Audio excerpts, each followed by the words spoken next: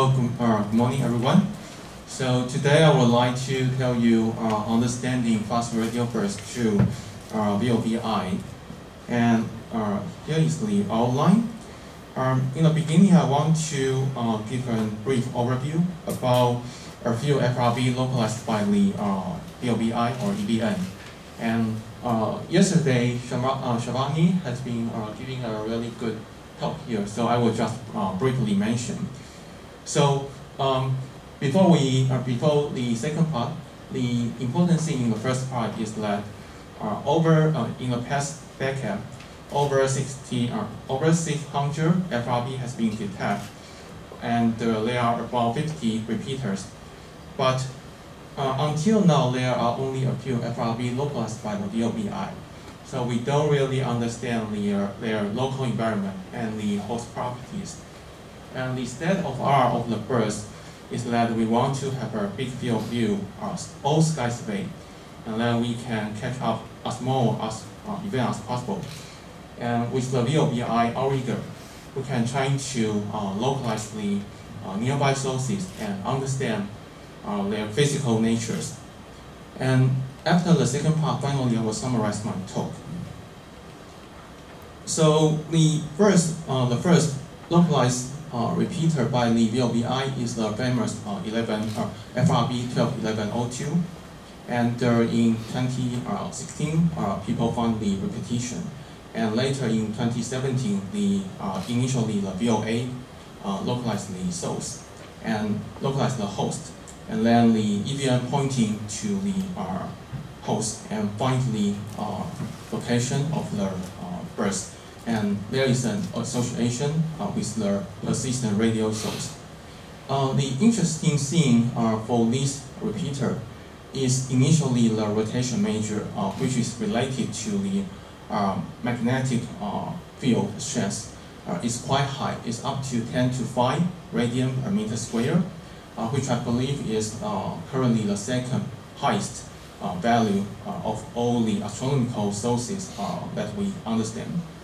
And within 1 year, the rotation major dropping about 30%, which means about 3 times 10 to 4 radian per meter square just in 1 year. That's happening about 2018. And then in 2019, another team used the Earthsburg telescope to do the follow-up, and they find there are some fluctuation for the rotation major. The rotation major is not always decreasing. Sometimes it can be increasing a little bit before decreasing again. And this is an interesting repeater with the rotation major property. And the second localized FRB by the EVN is the famous periodicity one. So this repeater initially was reported by the charm. As you can see in the upper panel, you can see the red bar here. That means the 16 days periodicity. And on top of the slide here, it shows the detection by the charm and EVN. As you can see, match perfectly with the periodicity. And to interpret the periodicity series, they propose like the binary scenarios of the perception. And later, the EVN localized the FRB to a nearby spiral galaxy, near the spiral arm. And the third localized EVN localized repeater is the active repeater, the 2020-1124A, or we call it R67. Initially, it shows the sudden activity reported by the charm in March 2021. And then the VOA, as well as other interferometry teams like the SCAP and also the UGMRT and eventually the EVN localized the host. And initially there seems like an association with the persistent radio source, but later people figure out that the association is due to the star-forming activity. Plus, telescope they do follow-up observation on this source, and they detect about 2,000 pulses within 2 months. And the interesting thing here is again the rotation major fluctuation. As you can see, On the right panel here is the rotation major detection, and the red line here is like a fitting model. So the rotation major dropping about 500 radian per meter square in 2 weeks, and seriously proposed for this repeater, the possible scenario could be a magnetar and B star binary model. And the number for currently the closed repeater up to date is the FRB 2020-0120E, and this is initially in the direction of the M81 and reported by the CHARM. The initial localization regime is in the red ellipse here, and they're reported by CHARM, and there are 4 different associations within, including the S2 regime and X-ray source, and also an M81 globular cluster, and also a point radio source. And unless we have the millisecond localization, we cannot really understand where is the FRB within the regime. And therefore, the EDN, they spend hundreds or thousands of hours to localize this source. And they figure out the source is coming from a globular cluster. And this is very important because for the globular cluster, it's an old environment, and in the community, a lot of people think FRB could be from the young magnetar. So young magnetar model is the very popular model to explain FRB. However, the discovery here is that this repeater is coming from an old environment, globular cluster. And therefore, the possible scenario could be the FRB is coming from a highly magnetized neutron star, such as the jump pulses from millisecond pulsars. And for Wiley, he has a point, his personal opinion here. He thinks for this repeater, it could be from a recent short-lived recycled neutron star with high bit dot. And right now, because we really want to understand the nature of FRB, and therefore, for example, like the CHARM FRB, we have the ARO and also the GBO system to monitor the sky, to pointing to the sky of the CHARM. And the idea here is that we want to use the Crab jump pulses as the calibration to localize bright FRB around the declination of 21 degrees. And on the other hand, we also have another source, the galactic magnetar, the SGR 1935. And for this one, the state of art is because it is quite nearby. And therefore, the multi-wavelength observation, like the X-ray and gamma ray, they have this simultaneous detection when the CHARM and STARE-2 and the ARO detect the earliest radio burst from the SGR. So now let's go to the burst. So CT and Mingtang and the Kyle have given a great detail of this project. So here will be just an overview. So basically, the burst, the goal will be to do an all-sky survey for bright and nearby FRB. And as we can see, the main station will be in the Fushan Botanical Garden, and with the couple of Auriga station. For the main station, we have 256 antenna, dipole antenna. And for the Auriga station, the baseline from northern to southern is about 300 kilometers, and therefore the angular resolution is about 1 arcsecond, which is roughly the size of a host galaxy on the sky. And for the eastern to western, the direction, the baseline is about 8,000 kilometers from Taiwan to Hawaii, and this can yield about milli-arcsecond angular resolution. And therefore, we have VLB. We can have 1D VLBI localization to understand the location of the source inside of the host galaxy.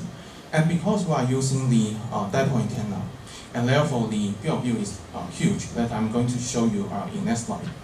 And With the dipole antenna, the sample will be from the nearby universe. And the important thing here is that we can identify the counterparts, like multi-messenger, gravitational wave detection, or like the multi-wavelengths. And we have a lot of local people involved here, and as well as from CMU and also Toronto.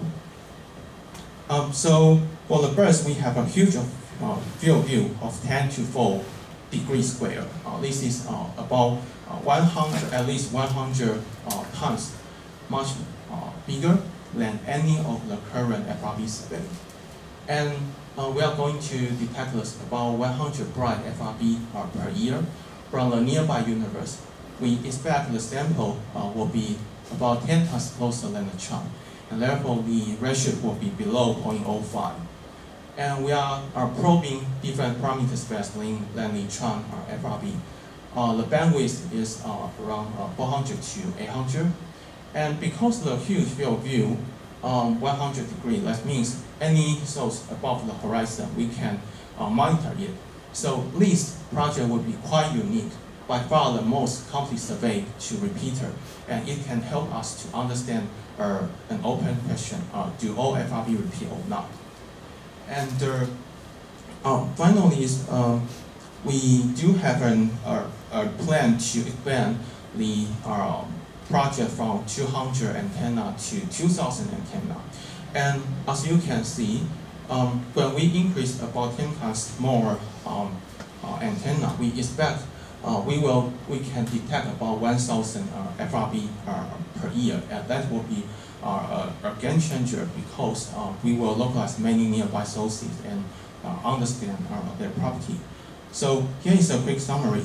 Until now, only 4 of 600 FRB that have been localized by the EVM, and the BERST project will be quite unique to do the all-sky survey to understand the physical nature of FRB. Thank you. I'm happy to take questions. Okay, questions, please. Can I ask whether the error circle is not a circle, like a very elliptical shape? Error circle, the VILBI. Yeah.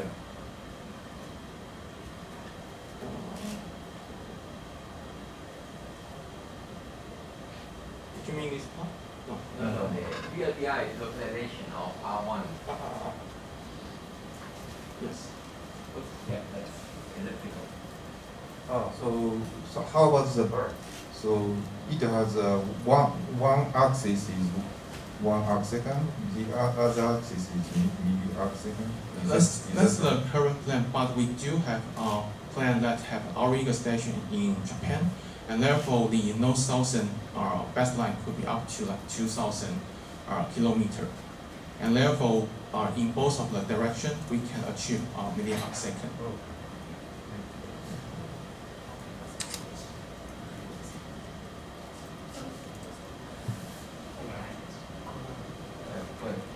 Okay, there's an online question.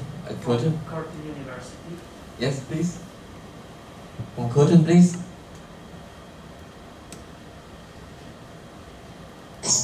Sorry, it unmuted me. Thank you for this very nice overview. Can you go to slide 5, please? I think it was slide 5. You have a plot on the right-hand side of slide 5. Yes, showing the red line being a fit to the delta RM. So clearly, this red line is some model you have for this feature, and it not reproduces the large dip, but there's also a lot more structure on the left-hand side. Can you please say a little bit more about what was being modeled in that plot and what the significance is? Sorry, I cannot hear you clearly. Could you please briefly repeat again? This plot on the right-hand side, the red line is some model for the circular polarization. Can you please remind us what exactly is being modeled? Because it clearly fits the big dip but it clearly doesn't fit the structure on the left-hand side. What is the red line modeling? What's the red line modeling? What's the red line modeling? What is the red line? I Yeah. see. I think in the paper that is proposed by Li Wang on the nature communication, they propose a many B star binary model to explain the phenomena that we see here. But for the detail, I don't quite remember, so it's best that we take a look later. Okay, thank you. Okay, well, I think we are meant to move to the coffee break next. So let's just thank Hsiu-Hsien